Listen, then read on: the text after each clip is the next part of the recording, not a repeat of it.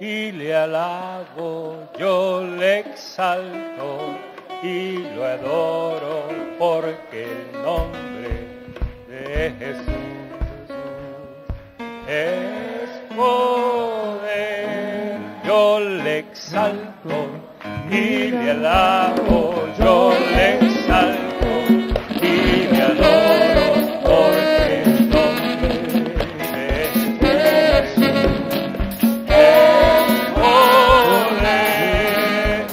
el nombre de Jesús es poder. El nombre de Jesús es poder. El nombre de Jesús victoria es. El nombre de Jesús levantado está. El nombre de Jesús sublime. El nombre de Jesús es poder. El nombre de Jesús victoria es. El nombre de Jesús levantado está. El nombre de Jesús sublime. Yo le canto y le alabo, yo le exalto y le adoro, porque el nombre de Jesús es poder. Yo le canto y le alabo, yo le exalto y le adoro, porque el nombre de Jesús es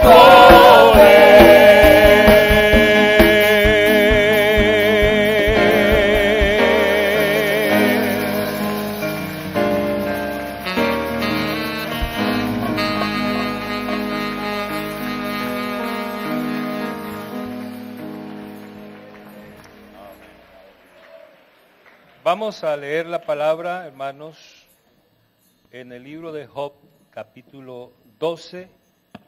Vamos a leer el versículo 12 y el versículo 13. Libro de Job, capítulo 12, del versículo 12 al 13. 2 versículos de la palabra del Señor. Bueno, aprovecho para saludar y para decir que esta convención, entre otras cosas, es un tiempo de refrigerio, en que los que rendimos culto al Señor nos reunimos para hacer concreto uno de los componentes del amor, que es la comunión los unos con los otros. Esta convención con un componente adicional, la celebración de los 25 años de la IPUL en este gran país. De ahí el gozo de compartir con todos nuestros hermanos, hermano Eliseo, hermano Álvaro, hermano Héctor Betancur, hermano Reinel Galvis, hermano Octavio Valencia, hermano Abelardo Galvis, Orbeir Envía, José Correa, y todos los hermanos de la Junta en cabeza del hermano Juan Carlos Monsalve. También para ellos, para los misioneros en México, el hermano Elvi Gutiérrez, el hermano Carlos Alberto Gómez, el hermano del Canadá, el hermano Raúl Orellana, el hermano Orlando Tobar, que es el misionero en el Japón, y el hermano Andrés Hurtado, que ha estado acompañando al presidente de la Iglesia Hispana. A todos ellos, un saludo en el nombre de Jesús. He llegado cargado de saludos fraternos de la Iglesia del Señor en Colombia, del consistorio, los pastores y sus familias. Les quiero decir que tendremos convención en enero en Barranquilla y Cali. El lema es al único y sabio Dios. En febrero tenemos nuestra asamblea delegataria y en estos últimos años hemos tenido la presencia de directivos nacionales y pastores de este país. Serán bienvenidos en el nombre de Jesús. Y recuerden que cuando llegue a Colombia va a ocurrir un milagro, que cada dólar que usted lleve se le va a multiplicar por 2.000.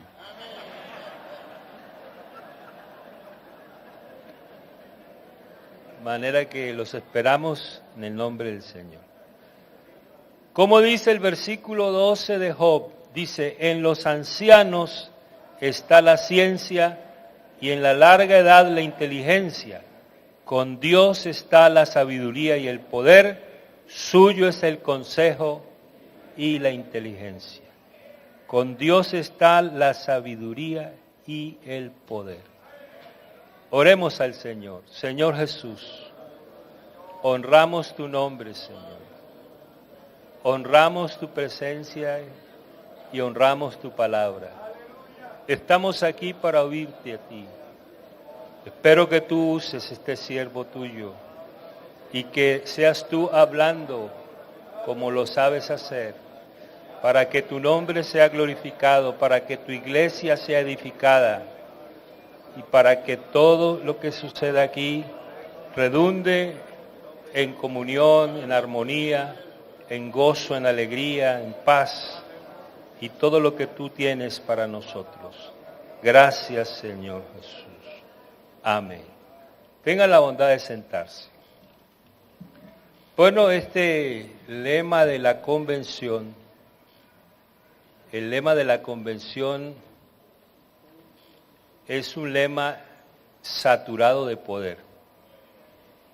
Y hemos estado escuchando la palabra y hay que decir que el Señor nos ha hablado poderosamente. A mí me ha hablado el Señor de una manera extraordinaria.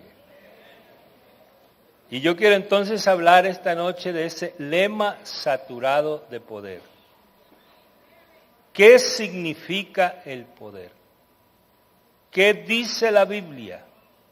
¿Cómo lo ejercemos? ¿Y cómo es interpretado el poder de Dios? Si aquí tuviéramos un académico, él nos hablaría de aquello que hace que las cosas sucedan. Para el académico el poder es eso, lo que hace que las cosas sean posibles. Un politólogo nos hablaría del poder ejecutivo, del poder legislativo y del poder judicial. Un economista nos hablaría del poder adquisitivo. Un belicista nos hablaría del poder armamentista. Un militar nos hablaría de la autoridad que una o varias personas disponen para llevar el mando de alguna tarea o trabajo. Y los cristianos hablamos del poder de Dios. De manera que no estamos hablando del poder humano. Alguien dijo, hablando del poder humano, que tiene dos características, una que es ajeno y dos que es prestado. Los romanos decían, así pasa la gloria del mundo. Y estaba leyendo que durante los fastuosos desfiles imperiales, los césares contaban a sus espaldas con un edecán que periódicamente se inclinaba y le susurraba al oído al emperador esas palabras para recordarle que todos los honores son muy transitorios. También cuando los discursos en que los halagos llevaban al monarca la ensoñación, el ayudante musitaba a su oído, al oído del emperador, acuérdate de la muerte, para tratar de reubicar al dueño del mundo, entre comillas, de ese tiempo, en su condición de mortal y provisional. Yo pensé algo, y lo comparto con ustedes esta noche, que el poder es necesario en toda actividad humana, pero cuando no es bien ejercido y se abusa de él, ha provocado crisis de carácter mayúsculo. Y me pregunté también cómo ha hecho el hombre ejercicio del poder a través de toda la historia bíblica, para limitarnos no a la historia humana, sino a la historia bíblica. La historia comienza en el huerto del Edén, donde el hombre mayordomo terminó siendo esclavo. Dios bendijo al hombre, diciéndole, fructificad, multiplicaos, llenad la tierra, sojuzgadla y señoread. Son 5 verbos en modo de imperativo, 3 verbos de procreación y 2 verbos de administración. Y más que un mandato, pienso, Más que un mandato, era una capacidad que Dios le estaba dando al hombre. La capacidad de procrear, la capacidad de llenar la tierra, la capacidad de multiplicarse y la capacidad de enseñorearse y sojuzgar la creación. Dios creó al ser humano con esa capacidad de gobernar y de administrar. ¿Cómo es que dice el Salmo 8? Le hiciste señorear sobre las obras de tus manos, todo lo pusiste debajo de sus pies, ovejas, bueyes, todo ello, y asimismo las bestias del campo, las aves de los cielos y los peces del mar, todo cuanto pasa por los senderos del mar. Pero el hombre por el pecado pasó de señor a esclavo del mismo. ¿Y qué dijéramos del rey loco? El que persiguió a su sucesor con intención de asesinarlo en varias ocasiones.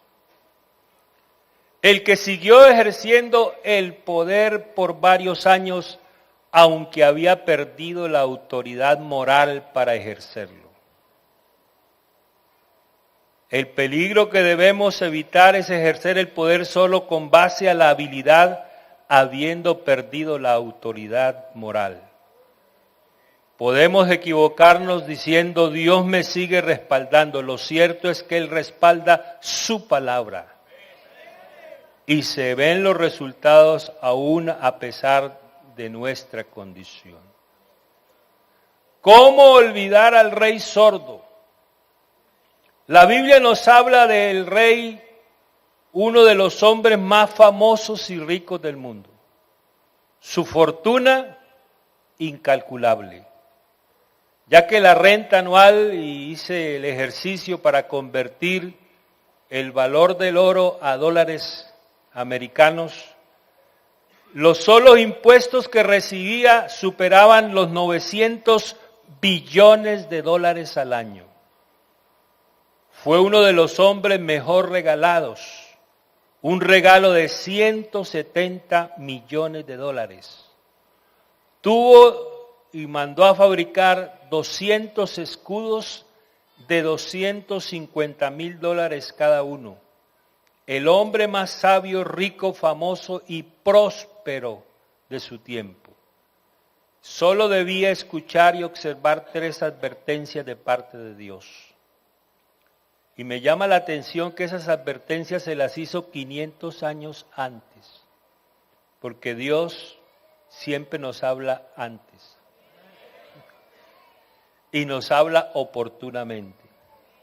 Él tenía que hacer 3 cosas: simple y llanamente no aumentar caballos para sí, no tomar para sí muchas mujeres, no amontonar para sí en abundancia plata ni oro.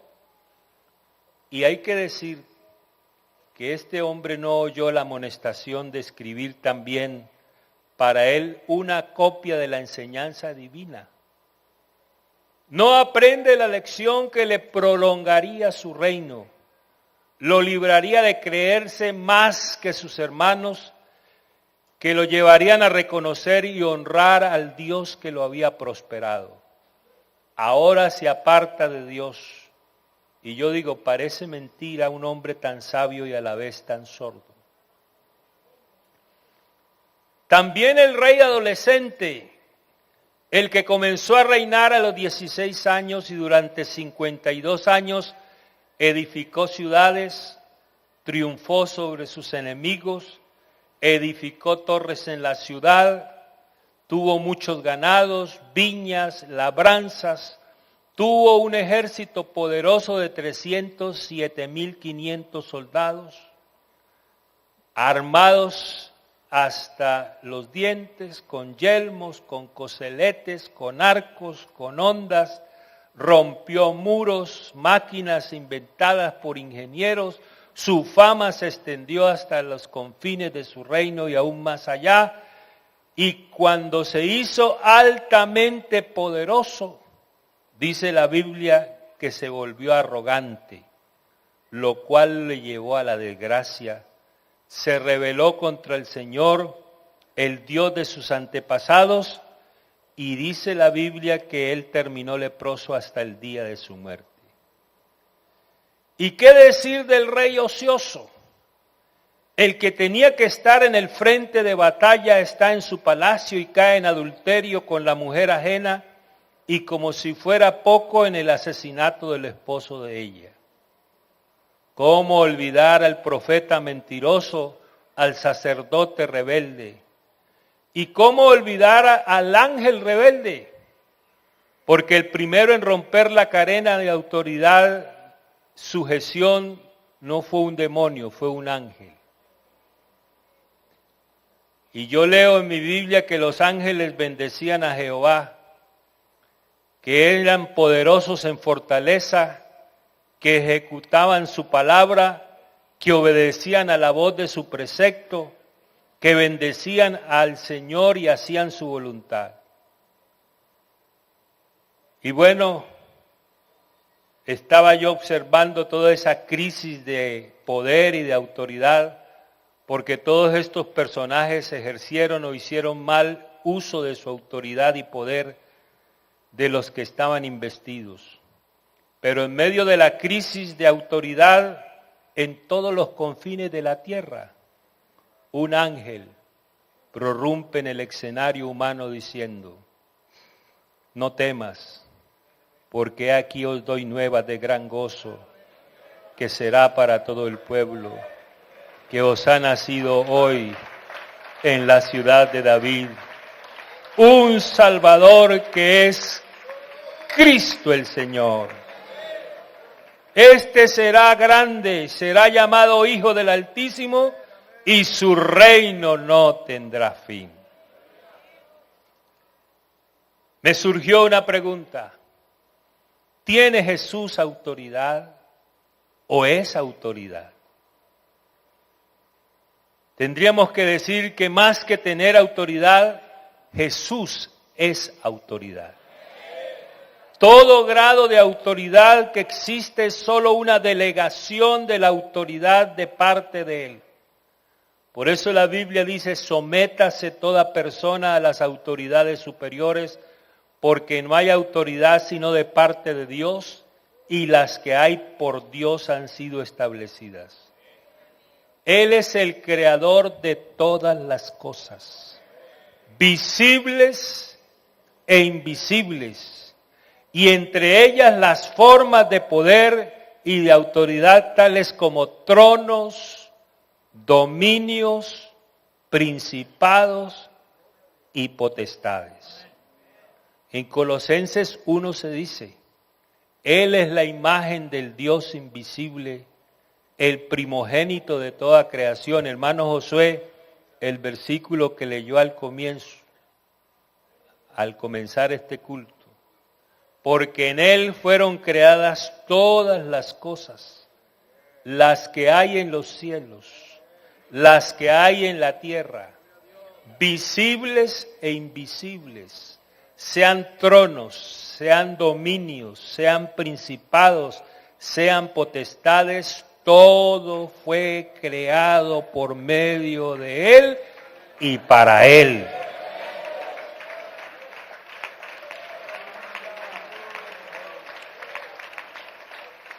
Y Él es antes de todas las cosas, y todas las cosas en Él subsisten. A Jesús le preguntaron muchas ocasiones con qué autoridad actuaba o decía las cosas.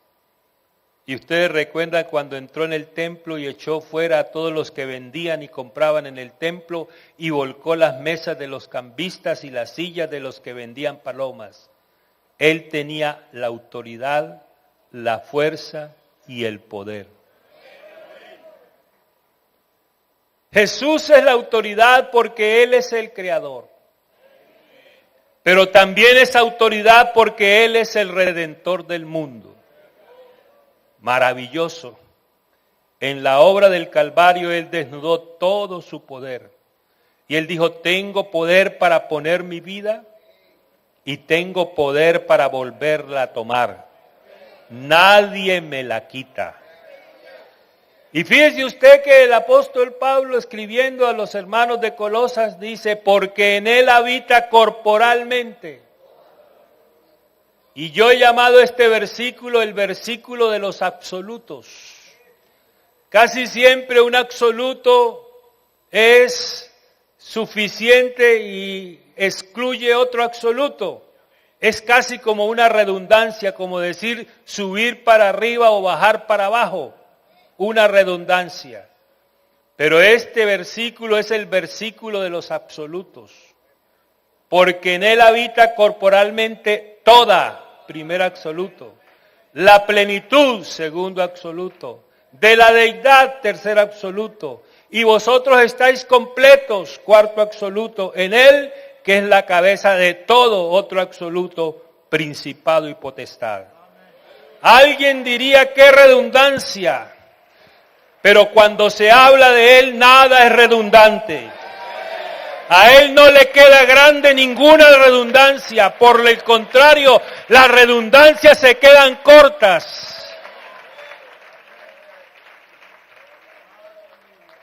Y continúa diciendo, en él también fuisteis circuncidados con circuncisión no hecha a mano, al echar de vosotros el cuerpo pecaminoso carnal en la circuncisión de Cristo, sepultados con él en el bautismo, en el cual fuisteis también resucitados con él. Y mire lo que dice, mediante la fe en el poder de Dios que le levantó de los muertos. Y estando muertos en pecados y en la incircuncisión de vuestra carne, os dio vida juntamente con él, perdonando todos los pecados. Y dice, anulando el acta de los decretos que había contra nosotros, que nos era contraria, la anuló, la quitó de en medio, la clavó en la cruz. Y mire lo que dice la Escritura, y despojó a los principados y a las potestades, y los exhibió públicamente, triunfando sobre ellos en la cruz.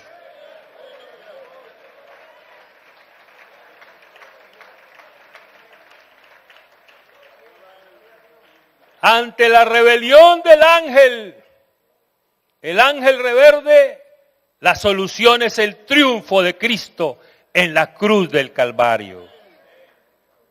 El Señor es autoridad por tener vida en sí mismo, para dar vida y para levantar los muertos a la vida. Vemos entonces un doble concepto, la autoridad como un derecho que se tiene, ser la vida, y la autoridad como un derecho que se ejerce, dar la vida.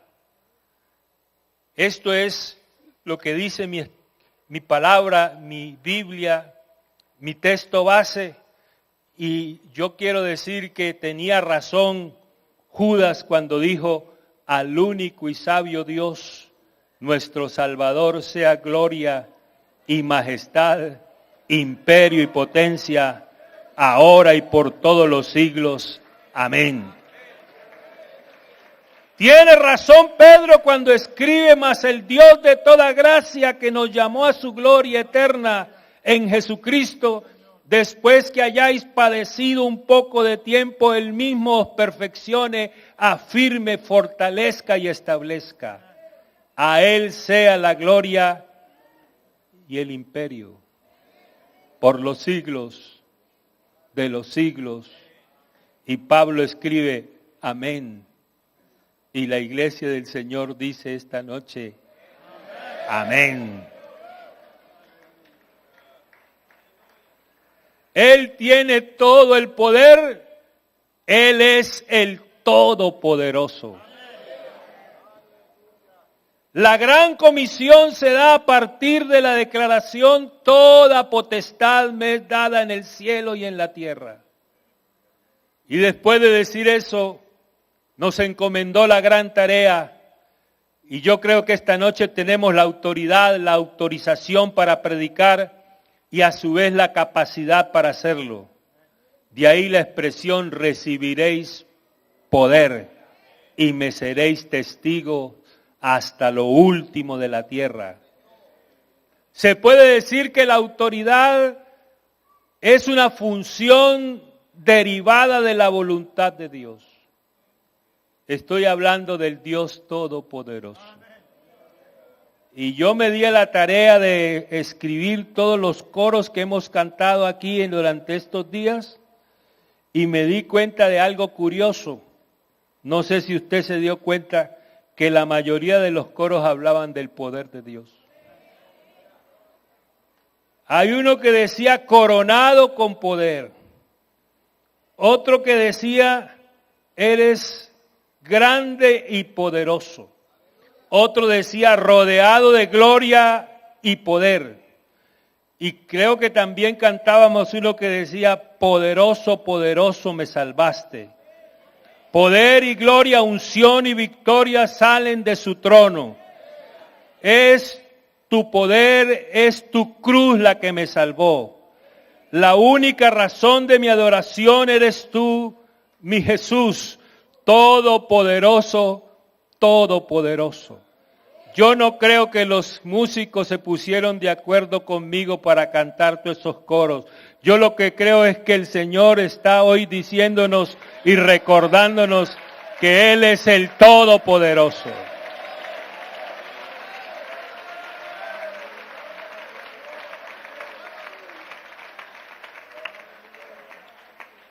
Y yo quisiera compartir con ustedes algo esta noche. La senda del poder está marcada por 4 cosas. Está marcada por el conocimiento. Sabemos que hay que orar, pero hay que ir un poco más allá y ver cómo orar y por qué orar. Cuando Pablo dobla sus rodillas para orar por la iglesia, antes que colocar una larga lista de necesidades materiales, ruega a Dios que le dé a la iglesia espíritu de sabiduría y de revelación en el conocimiento del Señor Jesús. Y dice, alumbrando los ojos de vuestro entendimiento. Oiga, el entendimiento tiene ojos. Y el Señor alumbra los ojos del entendimiento. Para que sepamos 3 cosas. 1, la esperanza a que Él nos ha llamado.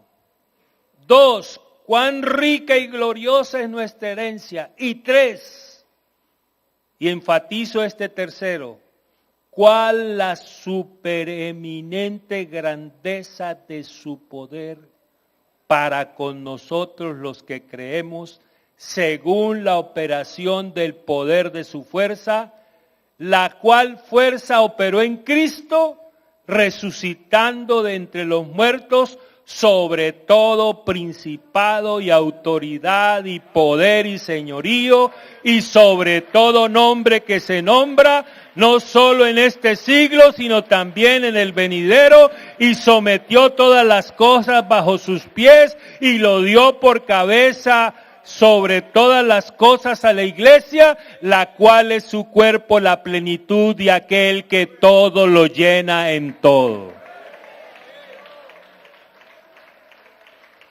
Quiere decir que Pablo está bien orientado en el por qué orar y para qué orar. La iglesia tiene que estar bien centrada en esta verdad. Y no solamente esa oración, la del capítulo 1, la del capítulo 3 dice, por esta causa doblo mi rodilla. Nos va a explicar Pablo por qué es que dobla la rodilla. Y nos va a enseñar por qué cosa debemos nosotros doblar la rodilla. Y dice, ante el Padre de nuestro Señor Jesucristo, de quien toma nombre toda familia en los cielos y en la tierra, para que os dé, conforme a las riquezas de su gloria, el ser fortalecidos con poder, subrayo poder, lo pongo en negrilla, lo pongo en mayúscula, en el hombre interior por su espíritu, para que habite Cristo por la fe en vuestros corazones, a fin de que arraigados y cimentados en amor seáis plenamente capaces de comprender con todos los santos cuál sea la anchura, la longitud, la profundidad y la altura, y de conocer el amor de Cristo que excede a todo conocimiento, para que seáis llenos de toda la plenitud de Dios, y a aquel que es poderoso, para hacer todas las cosas mucho más abundantemente de lo que pedimos o entendemos, según el poder que actúa en nosotros. A Él sea gloria en la iglesia, en Cristo Jesús, por todas las edades, por los siglos de los siglos. Amén.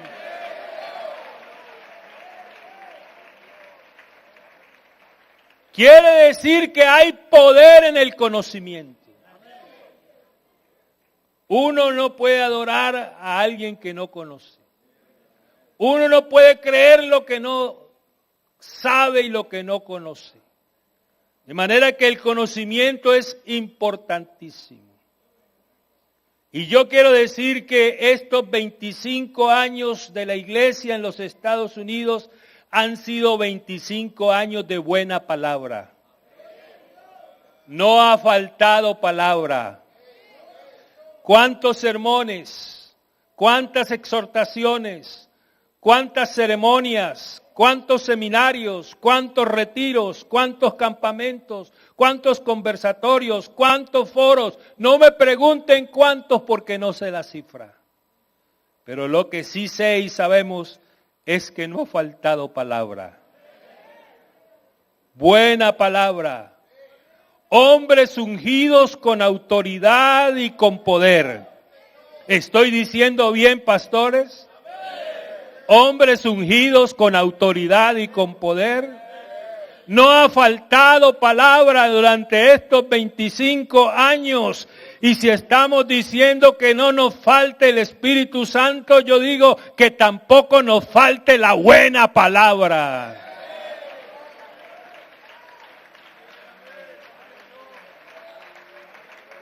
Porque su palabra es espíritu y es vida.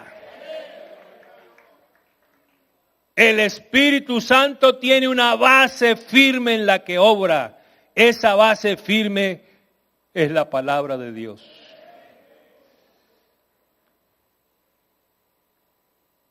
Y fíjese usted que cuando Pedro predicó el sermón de Hechos 2, él dice, esto es lo dicho por el profeta Joel. Hermanos, la palabra de Dios es preciosa. La palabra de Dios es poderosa. Si usted me coloca aquí a los 100 mejores oradores del mundo de hoy, yo le coloco al lado a cualquier predicador de estos.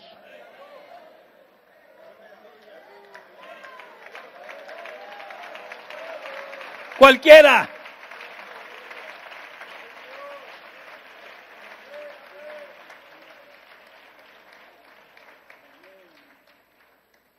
Y si las bombas nucleares tienen poder para quitar vidas, la palabra es el arma poderosa de Dios.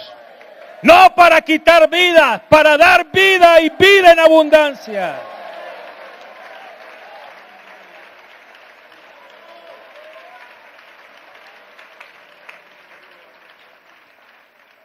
A veces tenemos un concepto limitado de la bendición. Yo recuerdo que en la Argentina una hermana se me acercó un día y me dijo, pastor, la bendición que se perdió. Porque no había asistido yo a un culto. Dice, hermano, la bendición que se perdió. En mi mente vino la pregunta, ¿y qué predicaron? Dijo, no me acuerdo. Pero fue una gran bendición. Hermano, desde que en un culto haya palabra, hay bendición. Porque esta palabra es el bien decir de Dios. Que no nos falte la palabra de Dios. Yo me leí el libro del hermano Gaxiola, La serpiente y la paloma, y él escribía en esa historia que en la iglesia primitiva se gestaron dos corrientes, la corriente espiritual y la corriente de la palabra. Y claro, el uno menospreciaba al otro. El uno le daba énfasis a las manifestaciones del Espíritu y el otro le daba énfasis a la predicación de la palabra. Y yo creo que son dos cosas que deben coexistir en la iglesia. Necesitamos la unción del Espíritu Santo. Y necesitamos la palabra que vive y permanece para siempre.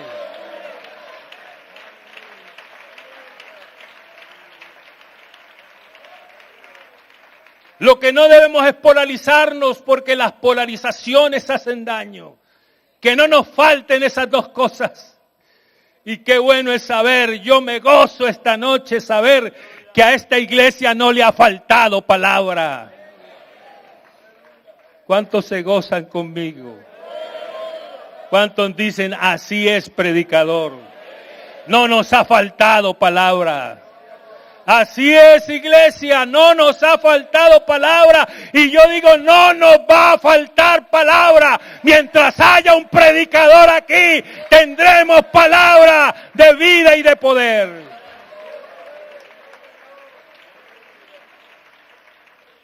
Quiere decir entonces que el poder y la senda del poder está marcada por la palabra. Pero también está marcada por el servicio, la senda del poder.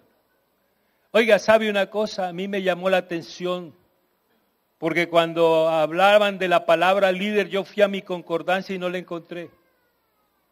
La palabra líder no está en la Biblia. Es una palabra moderna que nosotros usamos. Pero sí está el equivalente de la palabra líder en la Biblia, que es la palabra siervo. Dice la Biblia que aconteció después de la muerte de Moisés, siervo de Jehová, que Jehová habló a Josué, hijo de Nun, servidor de Moisés, diciendo, y fíjese usted que eran los dos grandes líderes del Antiguo Testamento, pero a la Biblia no los llama líderes, la Biblia los llama siervos. Este lugar está lleno de siervos.